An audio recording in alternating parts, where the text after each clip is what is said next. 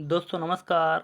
आपके अपने चैनल घटना चक नॉलेज पर आप सभी लोगों का बहुत बहुत स्वागत है। जीव विज्ञान के इस प्रैक्टिस सेट 6 में जहां पर देखेंगे आज हम पारिस्थितिकी तंत्र के महत्वपूर्ण एमसीक्यू जो 30 एमसीक्यू लेकर आए हैं। देखते हैं, चलते हैं, शुरुआत करते हैं पहले प्रश्न से। और यह टॉपिक बहुत ही महत्वपूर्ण है। पहला प्रश्न दिया गया है, जीवों के उनके पर्यावरण के संबंध में अध्ययन को क्या कहते हैं? ए प्राणी विज्ञान, बी कीट विज्ञान, सी बहुपद विज्ञान, डी पारिस्थितिकी विज्ञान। यहाँ पर 4 ऑप्शन दिए गए हैं। चारों ऑप्शनों में से इसका राइट आंसर देखें तो हो जाएगा हमारा राइट आंसर डी, जीवों के उनके पर्यावरण के संबंध में अध्ययन को पारिस्थितिकी विज्ञान कहा जाता है। अगला प्रश्न, निम्नलिखित में से कौन सा शब्द न केवल जीव द्वारा अधिकृत भौतिक स्थान को पब्लिक जीव समुदाय में उसकी प्रकारात्मक भूमिका को भी वर्णित करता है? ए इकोनिच, बी इकोसिस्टम, सी इकोजोन, डी आवास क्षेत्र। इसका राइट आंसर देखें तो हो जाएगा हमारा इको सिस्टम कहते हैं, बी वाला राइट आंसर हो जाएगा। आगे बढ़ जाएंगे और देखते हैं अगले प्रश्न की तरफ। प्राणी विज्ञान की उस शाखा का नाम जिसमें पशु व्यवहार का वैज्ञानिक अध्ययन किया जाता है उसे क्या कहते हैं? ए पारिस्थितिकी, बी शरीर विज्ञान, सी जीव पारिस्थितिकी, डी शरीर रचना विज्ञान।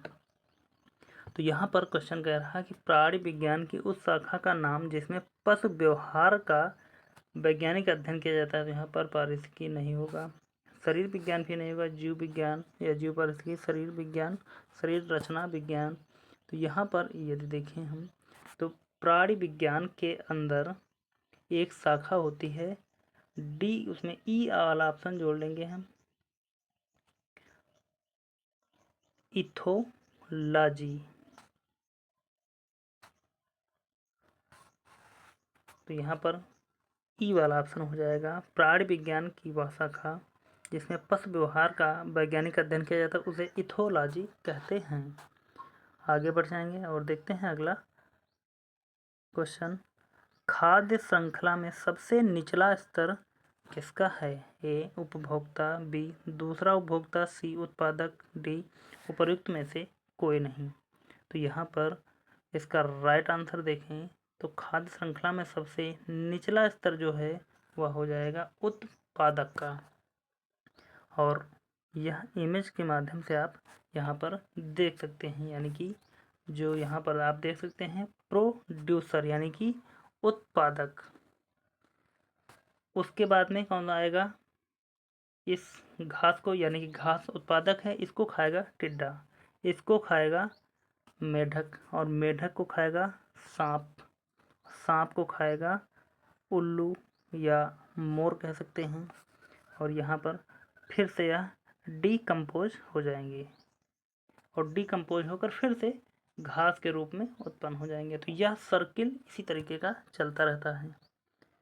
आगे बढ़ेंगे और देखते हैं यहाँ पर एक दूसरा चित्र भी आप चित्र के माध्यम से समझ सकते हैं। यहाँ पर प्रोड्यूसर या सारी घास है उसको खा रहा है टिड्डा, फिर उसको खाएगा मेढक, फिर सांप और फिर उसको उल्लू। तो यही प्रोसेस चलता रहता है। आगे देखेंगे अगला प्रश्न, निम्न में से कौन सा जोड़ा सही है? ए प्राथमिक उपभोक्ता तेंदुआ, बी द्वितीयक उपभोक्ता घास, सी अपघटक बैक्टीरिया, डी उत्पादक हिरण। तो निम्न में से कौन सा जोड़ा सही है यही बताना है। तो सही जोड़ा जो यहाँ पर होगा प्राथमिक उपभोक्ता तेंदुआ, तो प्राथमिक उपभोक्ता आपने देखा तेंदुआ नहीं है। द्वितीयक उपभोक्ता घास, तो यह प्राथमिक या उत्पादक कह सकते हैं घास, तो यहाँ पर यह भी गलत हो जाए। अपघटक बैक्टीरिया, तो यहाँ पर अपघटक में बैक्टीरिया सत्य है, उत्पादक हिरण नहीं होता है क्योंकि हिरण उत्पादक को खाता है यानी कि घास को खाता है, तो इसलिए यह उत्पादक नहीं है। सी वाला राइट आंसर हो जाएगा। और यहाँ पर आप इस चित्र में यहाँ पर आप देख भी सकते हैं डिकम्पोज, यह वाला बैक्टीरिया। आगे बढ़ते हैं और देखते हैं अगला प्रश्न। एक उत्पादक एक शाकाहारी और एक मांसाहारी को दर्शाने वाली एक उपयुक्त आहार श्रृंखला निम्न में से कौन सी है? ए घास, कीट, हाथी। बी पादप खरगोश, बाघ। सी मछली, कीट, व्हेल। डी बाघ, खरगोश, उल्लू। तो यहाँ पर एक शाकाहारी, एक उत्पादक एक शाकाहारी और एक मांसाहारी दर्शाने वाली एक उपयुक्त आहार श्रृंखला कौन सी हो सकती है? तो यहाँ पर एक तो उत्पादक होना यानी कि पादक। तो सबसे पहले यदि ऑप्शन चूज करें तो यहाँ पर घास है। घास के बाद में कीट, या भी शाकाहारी हो जाएगा। और हाथी, हाथी मांसाहारी नहीं है, इसलिए यह गलत हो जाएगा। अगला चेक करते हैं। पादप यानी कि उत्पादक हो जाएगा। एक शाकाहारी, शाकाहारी की जगह पर खरगोश हो जाएगा। और एक मांसाहारी, तो यहाँ मांसाहारी की जगह पर बाघ हो जाएगा, इसलिए हमारा बी राइट आंसर हो जाएगा। इसको चेक करना चाहें तो आप चेक कर सकते हैं। मछली उत्पादक नहीं है, इसलिए यह कट जाएगा। कीट शाकाहारी तो है, लेकिन मछली पहला ही गलत है। बाघ यहाँ पर दिया, बाघ उत्पादक नहीं है, इसलिए बाघ वाला भी गलत होगा। बी हमारा राइट आंसर हो जाएगा। आगे बढ़ जाएंगे अगले प्रश्न की तरफ। निम्न में से कौन सी एक संकटापन जाति है? ए ब्लैक बक, क्रस्ड सार। बी भराल। सी गंग डॉल्फिन या गंगा डॉल्फिन। डी मिथुन। चारों ऑप्शनों में से इसका राइट आंसर कौन सी संकटापन प्रजाति है या जाति है, वह हो जाएगी गंगा डॉल्फिन। आगे बढ़ते हैं और देखते हैं अगला प्रश्न। निम्नलिखित में से कौन सा प्रक्रम वायु में कार्बन डाइऑक्साइड की मात्रा को नहीं बढ़ाता? ए श्वसन। बी प्रकाश संश्लेषण। सी पेट्रोल का जलना। डी वनस्पति का वायवीय क्षय। चार ऑप्शन है यहाँ पर। चारों ऑप्शनों में से इसका राइट आंसर हो जाएगा हमारा प्रकाश संश्लेषण। अगला प्रश्न। रेड डाटा बुक में निम्नलिखित में से कौन सा डाटा पाया जाता है? ए सभी वनस्पति प्रजातियाँ। बी सभी जंतु प्रजातियाँ। सी सभी विलुप्त प्राय प्रजातियाँ। डी सभी दुर्लभ प्रजातियाँ। तो रेड डाटा बुक के अंदर सिर्फ उन्हीं का नाम पाया जाता है जो विलुप्त प्राय प्रजातियाँ हैं, यानी कि जो विलुप्त के कगार पर हैं। संकटग्रस्त प्रजातियों को किस रंग की डेटा बुक में दर्शाया गया है? ए नीली। बी काली। सी लाल। डी हरी। तो यहाँ पर अभी हमने बताया रेड डाटा बुक यानी कि लाल, तो यहाँ पर सी वाला राइट आंसर है। आगे बढ़ेंगे अगला प्रश्न। प्रोजेक्ट टाइगर को किस वर्ष में आरंभ किया गया था? ए 1973। बी 1992। सी 1993। डी 1962। अगला प्रश्न दिया गया है, इस प्रश्न का आंसर अगर देखा जाए प्रोजेक्ट टाइगर को किस वर्ष में आरंभ किया गया था, तो यह हो जाएगा 1973 में। अगला प्रश्न। ग्रीन हाउस गैसों यथा नाइट्रस ऑक्साइड तथा मीथेन पैदा करने की सबसे अधिक संभावना निम्नलिखित में से किस जीव से की जा सकती है? ए कवक। बी केंचुआ। सी जीवाणु। डी हरे पौधे। इसका राइट आंसर देखें तो हो जाएगा सी जीवाणु। अगला प्रश्न। निम्नलिखित में से कौन सी गैस वायुमंडल में मुख्य ग्रीन हाउस गैस नहीं है? A methane. B ozone. C nitrous oxide. D hydrogen. इसका राइट आंसर देखें तो हो जाएगा हमारा राइट आंसर डी हाइड्रोजन। अगला प्रश्न। हरित गृह गैसों का पृथ्वी के वायुमंडल के औसत ताप पर क्या प्रभाव होता है? ए बढ़ता है। बी घटता है। सी समान रहता है। डी, पहले बढ़ता है तथा फिर घटता है। इनमें से इसका राइट आंसर देखें तो हो जाएगा हमारा राइट आंसर बढ़ता है। अगला प्रश्न, पर्यावरणीय जागरूकता के अंग्रेजी अक्षर पी से आरंभ होने वाले प्रसिद्ध 3 शब्द कौन से हैं? A, people, poverty, politics. B, power, production, pollution. C, pollution, politics, price. D, population, poverty, pollution. तो यहाँ पर पर्यावरण जागरूकता के अंग्रेजी अक्षर पी से आरंभ होने वाले प्रसिद्ध 3 शब्द जो हैं वह हो जाएंगे पॉपुलेशन, पावर्टी एंड पॉल्यूशन। तो यहाँ पर डी वाला राइट आंसर हो जाएगा।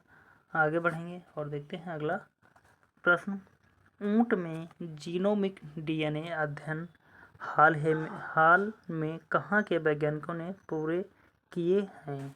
ए, दक्षिण अफ्रीका। बी, भारत। सी, चीन। डी, पाकिस्तान। तो इसका राइट आंसर हो जाएगा हमारा चीन ने। अगला प्रश्न, जैव आवर्धन का अर्थ किसमें निहित है? ए, विषाक्त पदार्थ आवर्धित होते हैं। बी, सजीव प्राणी आवर्धित होते हैं। सी, प्रकाश आवर्धित होते हैं। डी, भोजन आवर्धित होता है। इनमें से इसका राइट आंसर देखें तो हो जाएगा हमारा राइट आंसर विषाक्त पदार्थ आवर्धित होते हैं। अगला प्रश्न, निम्न में से कौन सी शाखा जीवित जीवों की उन्हीं जातियों की अपने निर्जीव परिवेश के साथ अंतःक्रिया से संबंधित है? ए, स्वपारिस्थितिकी यानी कि ऑटेकोलॉजी। बी, संपारिस्थितिकी। सी, पारिस्थितिकी। डी, जीवाश्मिकी। इन 4 ऑप्शनों में से इसका राइट आंसर हो जाएगा हमारा ए, स्वपारिस्थितिकी। अगला प्रश्न, वह वर्णक जो वनस्पति को पराबैंगनी किरणों के दुष्प्रभाव से बचाता है कौन सा है? A, chlorophyll. B, carotenoid. C, phycocyanin. D, plastid. इन 4 ऑप्शनों में से इसका राइट आंसर देखें तो हो जाएगा हमारा राइट आंसर बी, कैरोटीनाइड। अगला प्रश्न, जापान में पाया गया यूसो रोग किसके कारण प्रदूषण से संबंधित है? A, PCB. B, cadmium. C, अम्ल वर्षा। D, PAN। यहाँ पर इसका राइट आंसर हो जाएगा हमारा ए, PCB। अगला प्रश्न, सबसे अधिक स्थायी पारिस्थितिकी तंत्र कौन सा है? ए, मरुस्थल। बी, महासागर। सी, पर्वत। D, one. तो यहाँ पर सबसे अधिक स्थायी पारिस्थितिकी तंत्र जो है वह हो जाएगा महासागर। अगला प्रश्न, किस कारण से जल का भारी धातु प्रदूषण होता है? ए, पेंट। बी, लकड़ी जलाने। सी, अम्ल संयंत्र। डी, घरेलू मल जल। तो यहाँ पर किस कारण से जल का भारी धातु प्रदूषण होता है? तो यहाँ पर इसका राइट आंसर हो जाएगा घरेलू मल जल के कारण। अगला प्रश्न,